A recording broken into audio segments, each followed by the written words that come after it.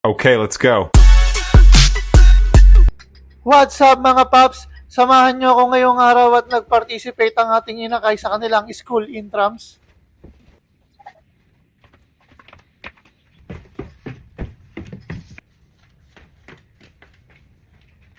Magko-coffee nga po pala muna tayo dyan para meron tayong energy at ipagluluto natin siya ng breakfast. Magbabasag na tayo ng 2 backlog para sa ating French toast. Ibibit na natin tong ating itlog at maglalagay na rin tayo ng butter sa ating kawali. Ibababad ko na rin tong ating tinapay sa ating itlog na binit kanina. At sinalang ko na nga pala yan at nagpunas-punas lang ako ng bahagya. Binalibaliktad ko nga lang pala to hanggang sa maging golden brown na parehas ng side. At isasalang ko na itong natirang itlog kanina para yan ang ating titirahin mamaya. Dad's French toast. He just cooked it over there. And now we're gonna eat it. Good. I wonder if it's good in milk. Okay.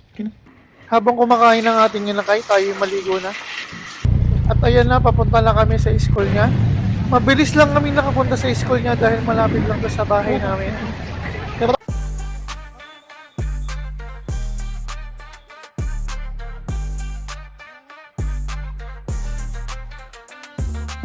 Dito ay pinag-assemble na sila kasi magsisimula na yung game nila. Ayan na, simula na ang bakbakan.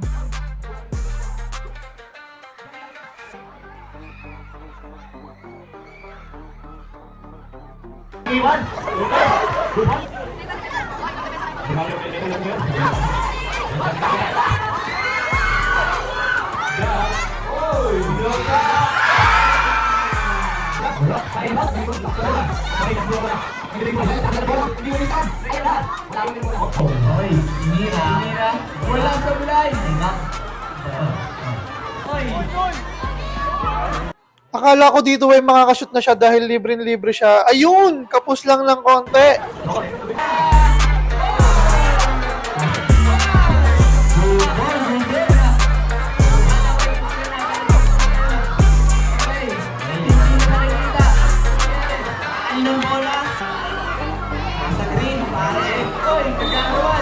Natapos na yung game nila at talo sila. Sabi niya, babawi na lang daw siya sa kain.